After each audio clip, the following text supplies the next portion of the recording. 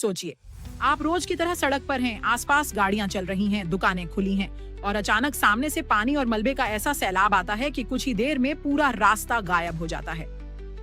नेपाल में कुछ ऐसा ही मंजर देखने को मिला है, लेकिन इस कहानी में सबसे बड़ा सवाल सिर्फ ये नहीं है कि कितना नुकसान हुआ, सवाल ये है कि नदी ने अचानक इतना रौद्र रूप लिया कैसे।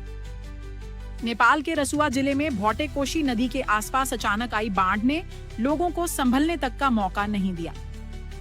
तिब्बत सीमा के करीब स्थित इलाके में तेज पानी और मलबे के बहाव ने सड़क, पुल, वाहन और आसपास मौजूद कई ढांचों को नुकसान पहुंचाया।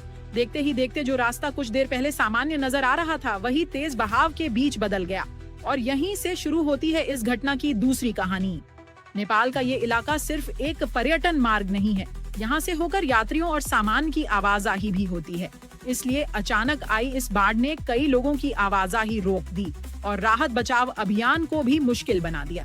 शुरुआती जानकारी में सैकड़ों यात्रियों के लापता होने की बात सामने आई है, जिनमें भारतीय नागरिक भी शामिल बताए गए हैं। हालांकि ये आंकड़े शुरुआती हैं और लगातार सत्यापित किए जा रहे हैं।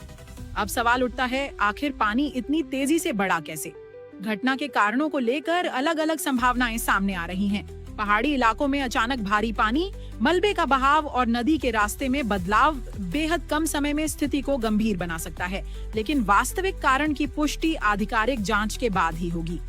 नेपाल की इस घटना को बिहार के लोग भी इसलिए ध्यान से देख रहे हैं क्योंकि नेपाल से निकलने वाली कई नदियां आगे चलकर बिहार में प्रवेश करती हैं। इसका मतलब ये नहीं कि नेपाल में हुई इस घटना से बिहार में भी वैसी ही स्थिति बनेगी, लेकिन नेपाल में अचानक बढ़ते जल प्रवाह पर नजर रखना बिहार के लिए हमेशा महत्वपूर्ण रहता है। फिलहाल वहां राहत और बचाव का काम जारी है।